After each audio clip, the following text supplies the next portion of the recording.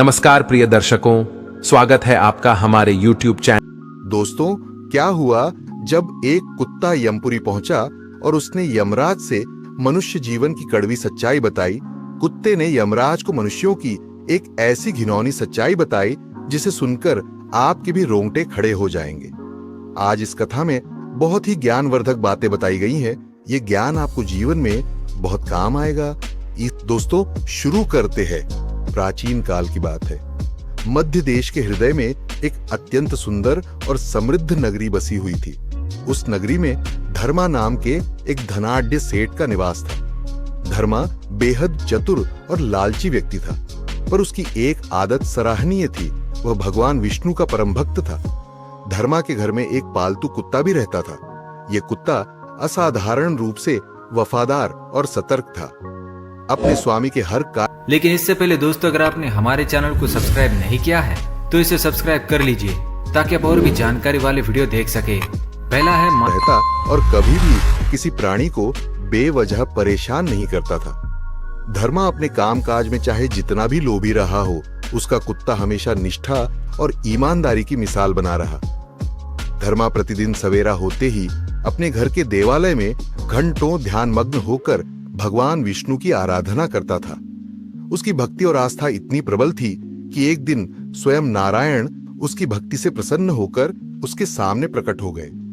अचानक तेज प्रकाश से कमरा जगमगा उठा और धर्मा ने आंखें खोली तो सामने नीले वर्ण 4 भुजाओं वाले भगवान विष्णु को खड़े देखा। उनके हाथों में शंख और चक्र सुशोभित थे और मुख पर मधुर मुस्कान थी। यह अलौकिक दृश्य देख सेठ स्तब्ध रह गया और तुरंत श्रद्धा भाव से दंडवत होकर विष्णु के चरणों में गिर पड़ा। भगवान विष्णु ने कोमल वाणी में कहा, हे वत्स, उठो, मैं तुम्हारी भक्ति से अत्यंत प्रसन्न हूं। मांगो, तुम्हारी जो अभिलाषा हो मैं वरदान दूंगा। धर्मा ने सिर झुकाकर विनम्र स्वर में उत्तर दिया, प्रभु, आपकी कृपा से मुझे सब कुछ प्राप्त है। यदि आप मुझे वरदान देना ही चाहते हैं तो कृपा करके इस सादे कागज पर अपने हस्ताक्षर कर दीजिए। ये कहकर सेठ ने जेब से एक सफेद कागज निकालकर आगे बढ़ाया। मैं दुनिया को दिखाना चाहता हूं कि साक्षात भगवान ने मुझे दर्शन दिए। आजकल कोई भगवान के अस्तित्व पर विश्वास नहीं करता। आपके हस्ताक्षर लोगों के लिए प्रमाण होंगे कि मुझे आपसे मिलने का सौभाग्य प्राप्त हुआ है। भगवान विष्णु धर्मा की अनोखी याचना सुनकर मंद मंद मुस्कुराए। उन्होंने कहा, तथास्तु, लाओ अपना कागज। फिर भगवान ने स्वर्णिम आभा से दमकते हुए अपने हस्ताक्षर उस कागज पर कर दिए। धर्मा ने कृतज्ञ होकर वह पर्चा दोनों हाथों से ग्रहण किया। अगले ही क्षण विष्णु जी की आकृति धुएं की भांति प्रकाश में विलीन हो गई। देव दर्शन का वह चमत्कार समाप्त हो चुका था और धर्मा अपने घर के मंदिर में अकेला खड़ा था, हाथ में भगवान के हस्ताक्षर युक्त वरदान को हृदय से लगाए हुए। उस दिन के बाद से धर्मा उस परिचय को सदा अपनी जेब में संभाल कर रखने लगा। समय बीतता गया। एक दिन धर्मा के वफादार कुत्ते ने अचानक बीमार होकर अपने प्राण त्याग दिए। सेठ को अपने प्रिय साथी के यूं चले जाने का गहरा दुख हुआ। उसने भर आई आंखों से अपने उस पालतू जीव का विधि पूर्वक अंतिम संस्कार करवाया। धर्मा के लिए वह कुत्ता मात्र एक जानवर नहीं, परिवार के सदस्य जैसा था। कुत्ते की मृत्यु के बाद उसकी आत्मा रहस्यमय मार्गों से गुजरती हुई यमलोक जा पहुंची। जब उसे होश आया तो उसने स्वयं को एक विशाल भव्य सभा कक्ष में खड़ा पाया। यह यमलोक का दरबार था। सामने एक ऊंचे सिंहासन पर देदीप्यमान आकृति विराजमान थी। सिर पर मुकुट, मुख पर तेज और भौहें तनिक तनी हुई। पास ही काले रंग के भैंसे पर उनका वाहन स्थिर खड़ा था। यह स्वयं धर्मराज यम थे, मृत्यु लोक के न्यायाधीश। उनके बगल में चित्रगुप्त खड़े थे, जो आत्माओं के कर्मों का लेखा पढ़ रहे थे। कुत्ता घबराहट और कौतूहल से इस दृश्य को देख रहा था।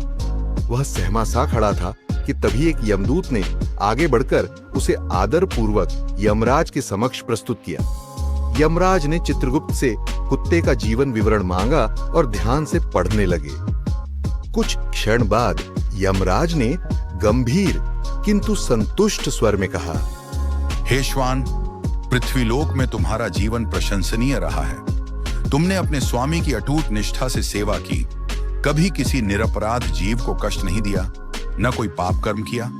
तुम्हारे पूर्व जन्मों के जो पाप थे वे इस जन्म की ईमानदारी और सत्कर्मों से पूर्णतया नष्ट हो गए हैं। यमराज ने कुत्ते की ओर सौम्य दृष्टि से देखा और बोले, नियम के अनुसार तुम्हें स्वर्ग लोक में स्थान मिलना चाहिए। फिर भी यदि तुम्हारी कोई विशेष इच्छा हो तो बताओ, हम उसे पूरा करने का यथासंभव प्रयत्न करेंगे। तुम्हारी आत्मा अब कहां वास करना चाहती है? कुत्ता कुछ देर चुप रहा, फिर बोला, हे प्रभु, आप चाहें मुझे स्वर्ग दें या नरक दें, मैं सब सहर्ष स्वीकार करूंगा।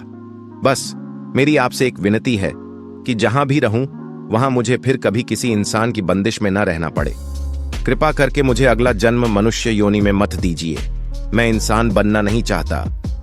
यमराज को कुत्ते से ऐसे उत्तर की आशा न थी। उन्होंने भौहें उठाकर पूछा, तुम मनुष्य जीवन से इतना विमुख क्यों हो? मानव जन्म तो बड़े सौभाग्य से मिलता है। देवता भी मानव तन पाने की इच्छा करते हैं, क्योंकि पृथ्वी लोक में ही आत्मोन्नति और मोक्ष का मार्ग मिलता है। तुम तो कभी मनुष्य बने नहीं, फिर भला इंसानी जीवन के बारे में इतना विरोध क्यों? कुत्ते ने गहरी सांस लेकर उत्तर दिया, प्रभु, मुझे पता है कि मनुष्य जन्म अपने आप में बहुत अनमोल है, पर मैंने दुनिया में मनुष्यों का स्वभाव करीब से देखा है। इंसान सचमुच बड़ा चतुर और स्वार्थी प्राणी है। यमराज ने आश्चर्य से पूछा, स्वार्थी तो कई जीव होते हैं, पर तुम इंसान को इस तरह क्यों कोस रहे हो? तुमने तो यहां तक कहा कि मनुष्य भगवान को भी धोखा देता है। यह कैसे संभव है?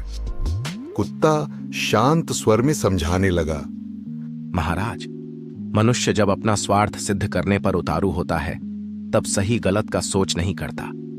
उसके भीतर का लोभ उसे निरंतर कचोटता रहता है, जिसके फलस्वरूप वह स्वयं भी दुखी रहता है और दूसरों को भी दुख देता है। अपना हित साधने के लिए मनुष्य हम जैसे निरीह जानवरों को गुलाम बनाकर काम लेता है। अपने सुख के लिए वह दूसरे का दुख बढ़ाने से भी नहीं चूकता, यहां तक कि वह भगवान को भी धोखा देने से बाज नहीं आता। यमराज ने प्रश्न भरी निगाहों से उसकी ओर देखा और कहा, इंसान भगवान को कैसे धोखा देता है? जरा स्पष्ट करके बताओ। कुत्ते ने उत्तर दिया, जब मनुष्य मंदिर में जाता है तो बड़ी श्रद्धा से विनती करता है, हे भगवान, मेरा यह काम बन जाए तो मैं आपके चरणों में इतना धन चढ़ाऊंगा, आपका भंडारा करूंगा, बहुत से गरीबों में दान दूंगा। पर ये सब बातें वह केवल अपना काम निकलवाने के लिए कहता है। जैसे ही उसका काम पूरा हो जाता है वह अपने वादे से पलट जाता है, फिर कहता है, भगवान के पास तो सब कुछ है, भला मैं उन्हें क्या दे सकता हूं, और किसी दान पुण्य में हाथ नहीं लगाता। मनुष्य आगे बढ़ने की होड़ में अपनों का शोषण करने और एक दूसरे की टांग खींचने में लगा रहता है। न खुद ऊपर उठता है न दूसरों को उठने देता है। अपने स्वार्थ के लिए वह किसी को भी धोखा दे सकता है। उसकी धूर्तता का आलम यह है कि भगवान को भी लालच देकर अपना मतलब साध लेता है और काम निकल जाने पर मुकर जाता है। हे धर्मराज, इंसानों के दुष्कर्म गिनते जाऊं तो शायद मेरी वाणी समाप्त हो जाए, पर उनकी बुराइयों की सूची खत्म नहीं होगी। उनकी चतुराई के आगे देवता भी मात खा जाएंगे। कुत्ते के मुख से मनुष्य जाति की ऐसी भर्त्सना सुनकर यमराज को क्रोध आ गया। उन्हें लगा कि यह तुच्छ प्राणी उनकी सभा में उनकी मर्यादा का अपमान कर रहा है। यमराज क्रोध में भरकर दहाड़ उठे।